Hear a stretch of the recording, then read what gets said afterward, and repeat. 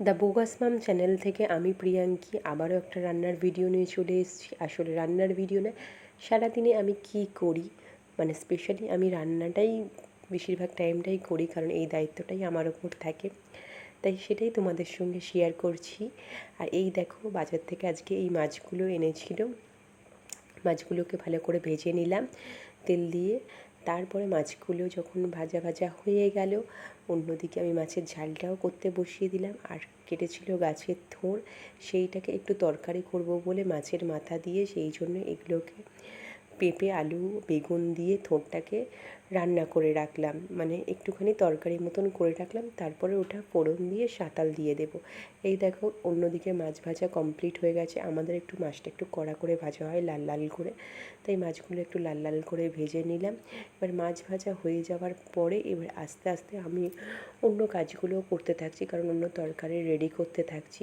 এদিকে কড়াইতে দিয়ে দিয়েছি তেল, পাঁচফোড়ন আর তেজপাতা। তেলটা গরম হয়ে যাওয়ার পরে পাঁচফোড়নগুলো একটু লাল লাল হয়ে যাওয়ার পরে তার মধ্যে দিয়ে দিয়েছি পেঁয়াজ আর মাছের মাথা, কারণ বলেছিলাম না থোড়টা মাছের মাথা দিয়ে করব, তাই একটু পেঁয়াজ আর মাছের মাথা দিয়ে দিলাম, কারণ তরকারিটা অনেক বেশি টেস্টি হবে। আর তোমাদের কি বলবো, থোড়টা এত নরম ছিল না, তরকারিটা ভীষণ ভীষণ টেস্টফুল হয়েছিল। এবারে পেঁয়াজটা যখন লাল লাল হয়ে গেল, তখন তার মধ্যে ওই তরকারিটা, মানে যেটা আমি সিদ্ধ করে রেখেছিলাম থোড় আলু দিয়ে, সেটা দিয়ে দিলাম। দেখো, তরকারিটা এখন রেডি হয়ে গেছে। এতে একটু নুন, চিনি, লঙ্কা গুঁড়ো, ধনিয়া গুঁড়ো সব দিয়ে দিয়েছি। এবার তরকারি রেডি, আমাদের এটা কমপ্লিট হয়ে গেল। এবার মাছের ঝালটা করছি, আলুগুলো ভেজে নিলাম, কারণ আমাদের মাছের ঝালের মধ্যে যতই পেঁয়াজ দিই না কেন, একটু আলু দিতেই হবে, কারণ বাঙালিরা তো আলুতেই, মানে আলুটাই ফেভারিট বাঙালিদের কাছে, আমার কাছে তো বিশেষ করে, সেই জন্য আলু একটু ভেজে নিলাম।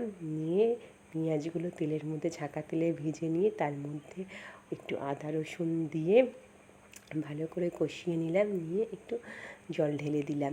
দেখেছো, একটু তার সঙ্গে শুকনো লঙ্কাও বেটে দিয়েছিলাম, যাতে মাছের ঝালটা একটু লাল লাল মতন হয়, কারণ মাছের ঝাল যদি একটু লাল লাল মতন না দেখতে হয়, তাহলে কিন্তু ভালো লাগে না।